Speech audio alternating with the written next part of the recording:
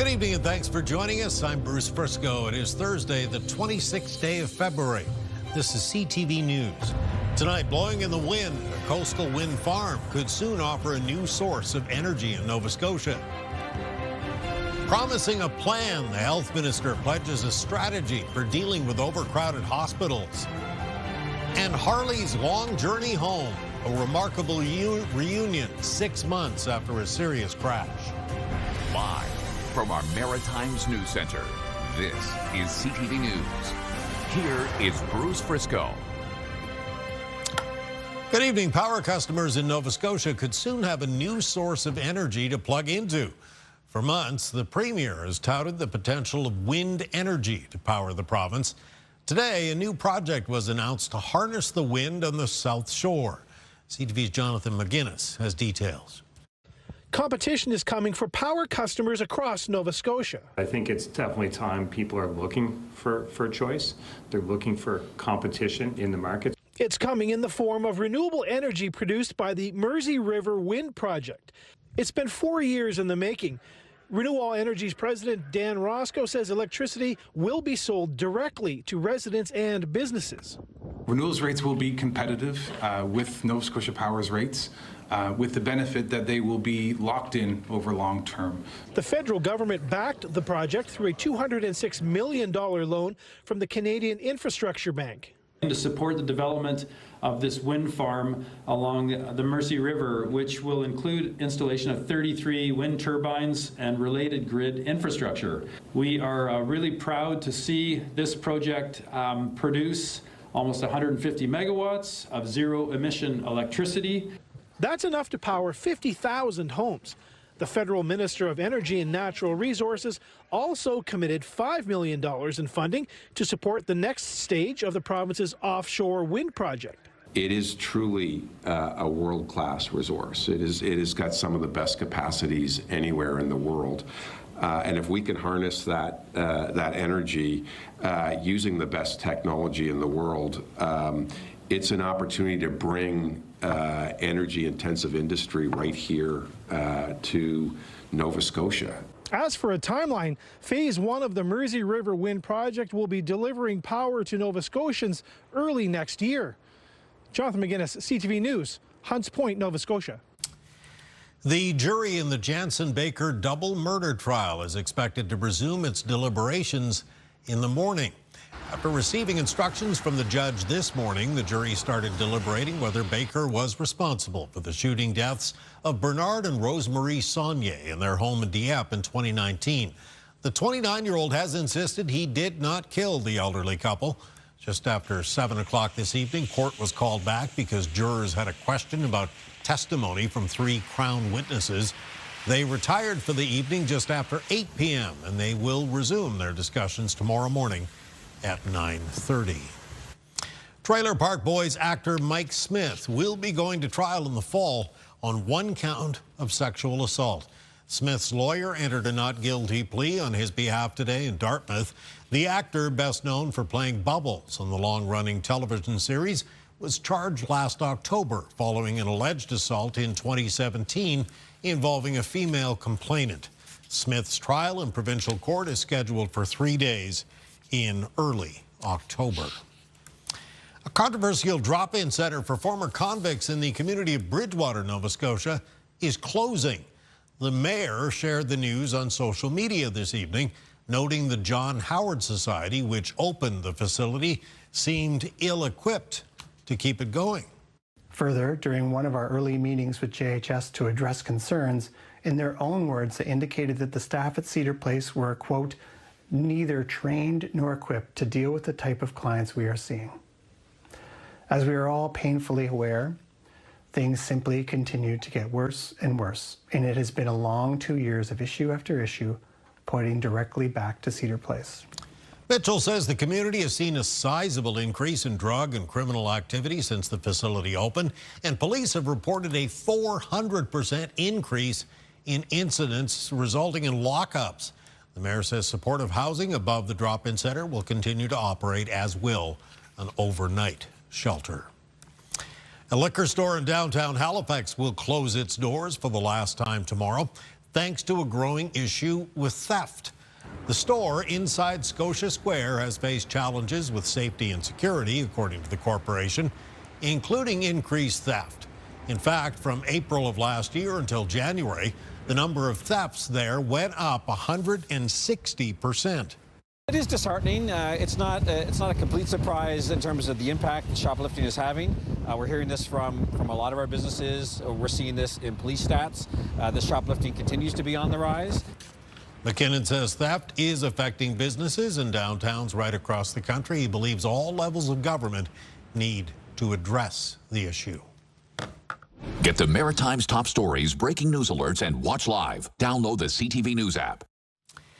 New Brunswick's health minister says a plan is on the way to address the need for more long-term care facilities. That comes after a top health official warned too many patients are taking up space in hospitals, and the situation is already in a crisis. CTV's Laura Brown has more. When people don't have family doctors, they get more sick at home, and then they go to the emergency department. They're more inclined to be admitted. If they're senior, they're more inclined to stay in the hospital for longer than they need to. That's one of the more serious issues facing New Brunswick's healthcare system. Seniors waiting in hospital for a long-term care bed. We're moving toward having regional nursing homes as opposed to regional acute care hospitals. It's an issue Horizon Health CEO said earlier this month is at a crisis point, with 40% of hospital beds used by these patients who need nursing home care. But the minister promised today a plan is coming. We have a plan for getting people out of our hospitals, into our communities, into nursing homes, special care homes. And, you know, if we don't make a change, then our number of people in our hospital will just grow. I've seen pieces of it and looking forward to when Minister Boudreau and her team releases it. Social Development Minister Cindy Miles was originally part of the team who worked on that plan, but the seniors file was recently handed to the new Minister for Seniors and Long-Term Care, Lynn Chantal Boudreau. Miles and Dornan say New Brunswickers should expect to see that plan sometime in March. All Horizon hospitals are well over 100% capacity right now, meaning there's more patients than beds. Laura Brown, CTV News, Nakawick Millville, New Brunswick. The Nova Scotia government is expanding the number of seats in Province House. The legislature will add a member, bringing the total number of ridings to 56. The province today introducing legislation that will split the riding of Inverness into two, creating a new Acadian seat in Shettican. Inverness MLA Kyle McQuarrie will remain, but a by-election will be held to fill the new seat. The vote is expected within the next 6 months.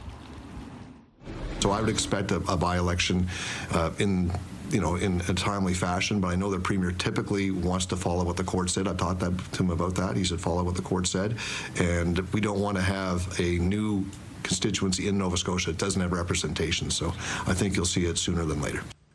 The move creates 4 protected Acadian districts in Nova Scotia, including Argyll, Clare, and Richmond. Acadians were the first European settlers in Nova Scotia. The ink has barely dried in the Nova Scotia budget, but publishers in the province fear their industry is doomed. Grants they rely on to produce books have been slashed. CTV's Callum Smith has reaction to that tonight. It's unboxing time at Halifax's Nimbus Publishing, bringing local stories to life. She was crushed to hear from the provincial government saying a $700,000 publisher assistance fund was axed. It's really, really devastating to our industry right now. That's only one of the cuts that will impact writers and publishers. The Artists in Schools grant was something that Danielle Metcalf-Chennai benefited from, covering fees to go to classrooms, now gone. Schools themselves don't have enough funding in order to pay for them themselves, so they rely on these extra top-ups, basically, these cost-sharing measures in order to bring authors in. We sell thousands of books a year to people from the United States, from Europe, from all over the world who come back every few years looking to read more Nova Scotian authors because they like what they find here. Carol Bruneau, an author of 30 years, candidly upset. What is Premier Houston going to do to fill in the gaps of all of the people that will be thrown out of work, all of us whose careers will just be trashed? Callum Smith, CTV News, Halifax. And free bus passes for thousands of Halifax students could be disappearing. As part of the budget, the province has cut funding for that program in half, leaving the cash-strapped municipality to make up the difference. Councillors say they were blindsided by the decision. It was a surprise. We didn't know prior to the announcement this week. Parents indicating that, they're going to have to drive their kids more, or things like kids working after school or volunteering, it's going to have to go by the wayside. And the program cost about $1.8 million last year. Councillors hope they can get the province to reconsider as they continue to debate their own budget numbers. You could probably hear the laughter from downtown Halifax all over the region tonight. Appropriately called Laughability 2026, tonight's event was in support of the Dartmouth Adult Services Centre, a feel-good fundraiser featuring comedians with disabilities and a big lineup of talent. Organizers say it's all about supporting those services for people with intellectual disabilities in our communities. We're very thankful and appreciative of the nearly 300 people who have come here tonight at the Westin Nova Scotian to have a good laugh, and to have a good laugh in support of our life-changing programs for individuals with intellectual disabilities. CTV's Emma Convey was MC for tonight's program. We're told she and everyone had a good time and a lot of laughs. Still to come tonight, Kaylin's full forecast, and we'll explore how technology is tracking, influencing, and even deciding the price of things you're shopping for. Coming up next, though, pushing for change. Doing 2,000 push-ups. I'm pretty used to doing some. It's a unique and very healthy fundraiser for a great cause. Details are next. Come on back.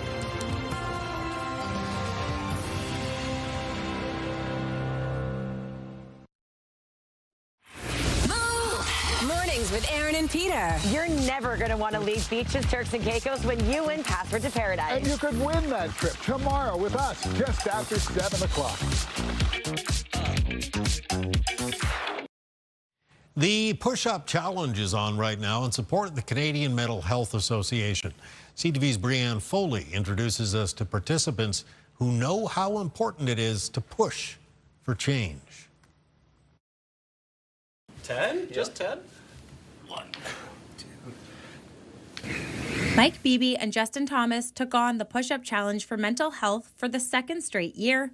That means 2,000 push-ups in 23 days. Trying to raise awareness, we started the Mental Health Challenge with a team of people that I work with. Proceeds from their campaign go directly back into the Nova Scotia community. Mike is sort of like leading in showing that donations that you make to not-for-profit organizations in our community that are grassroots or at the provincial level and making changes at policy levels is really important. Bev Cadam knows the mental health struggle all too well. I lost my son Seamus in 2017 to suicide. So talking about Mike speaking out, I also take that approach. It is okay to talk about. That's the most important thing, is mental health always gets kind of sheltered, and you shouldn't talk about your feelings, and you shouldn't, I think it's something that should be addressed more. With just 2 days to go, the final push is on. Brianne Foley, CTV News, Halifax. Thank you, Brianne Foley. It is time for a quick little break in this Thursday night, but stay with us when we return. It's your complete maritime weather forecast from the one and only Kaylin Mitchell. Stay with us.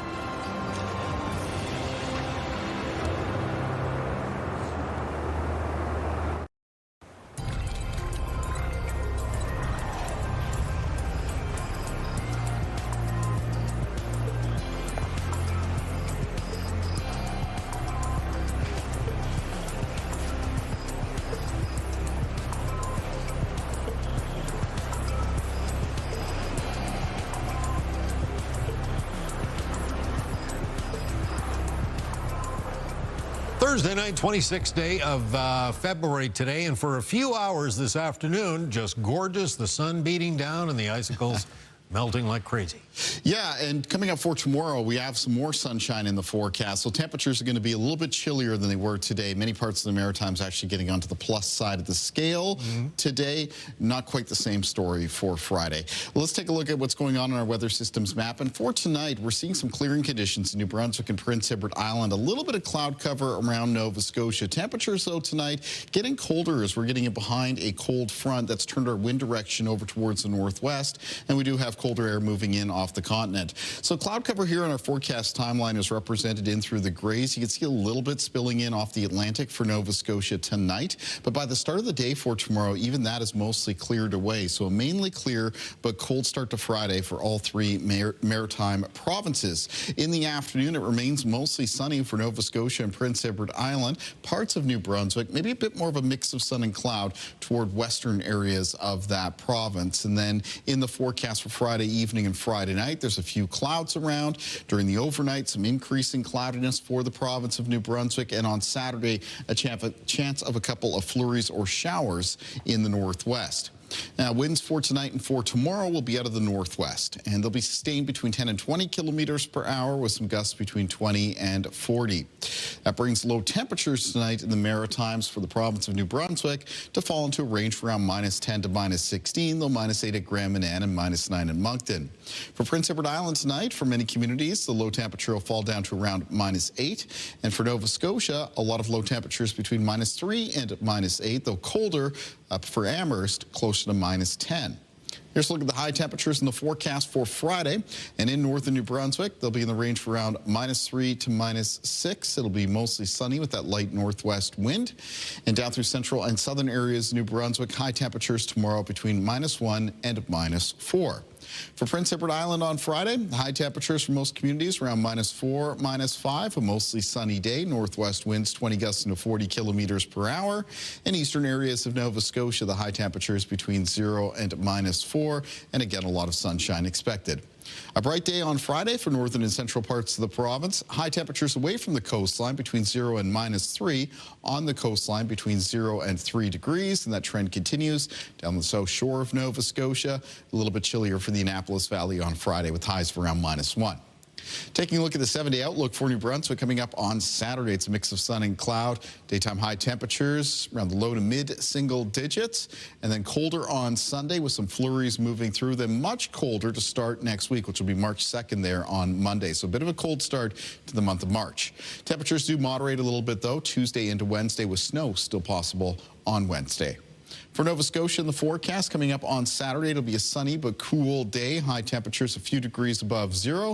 A little bit chillier on Sunday with flurries expected, and then colder start next week with Monday's high temperatures several degrees below 0. A little bit chilly still on Tuesday, but temperatures moderate into Wednesday, but we could be looking at a mixture of snow and rain on that day. For Prince Edward Island in the forecast, coming up for the start of the weekend on Saturday, pretty nice. Fair weather mix of sun and cloud, high temperatures a degree or 2 above 0. On Sunday, highs near 0 with flurries in the forecast. Colder to start next week. Sunshine in the forecast for Tuesday, and then a mixture of snow and rain for Wednesday, Bruce. Not going to be sorry to see the end of February. No. Just me, I guess. Okay, stay with us. There is more to come.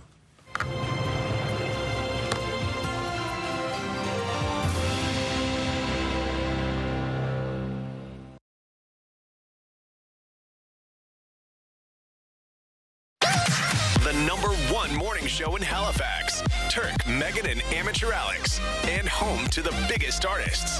Halifax's #1 hit music station. 101.3 Virgin Radio. So sometimes it feels like your phone is listening and feeding you exactly what you need to hear to keep you scrolling. From monitoring your browser history to so-called surveillance pricing and even influencing our purchases, there's a better than average chance that you're being tracked. CTV's Ryan McDonald has more. What they're doing is figuring out how much they can get out of your wallet on every single purchase that you make. And the price that you see may not be the price that I see. Giles Crouch says that's what's called surveillance pricing, and that AI is getting better at predicting the price that a person might pay for something, factoring in things like purchase history, what internet browser you're using, and even details about the smartphone or computer that you're scrolling on. Like, say you're even just trying to hail a ride-sharing service.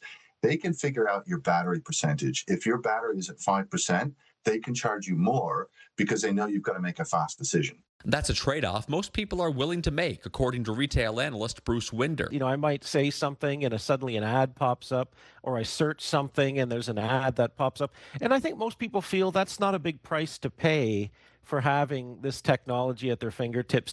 Price is the same for everybody at the Mayflower Mall, that's right. While online shopping is convenient, the manager of Cape Breton's largest mall says doing it the old-fashioned way means fixed prices and not feeling like you're being watched when you open your wallet. You see everything for yourself, pick it up, look at it, and purchase it, and you don't have to worry about AI tracking you down. Though the experts say those algorithms can still be active if you're browsing online while inside a store or even in the parking lot. Ryan McDonald, CTV News. Okay, time for one final break tonight. Coming up, For the Love of Harley. It's a reunion you will not soon forget. First, though, your wake-up weather. You don't want to forget your coat tomorrow morning as we gaze upon Yarmouth here on a Thursday evening. Stay with us. Kaylin's next.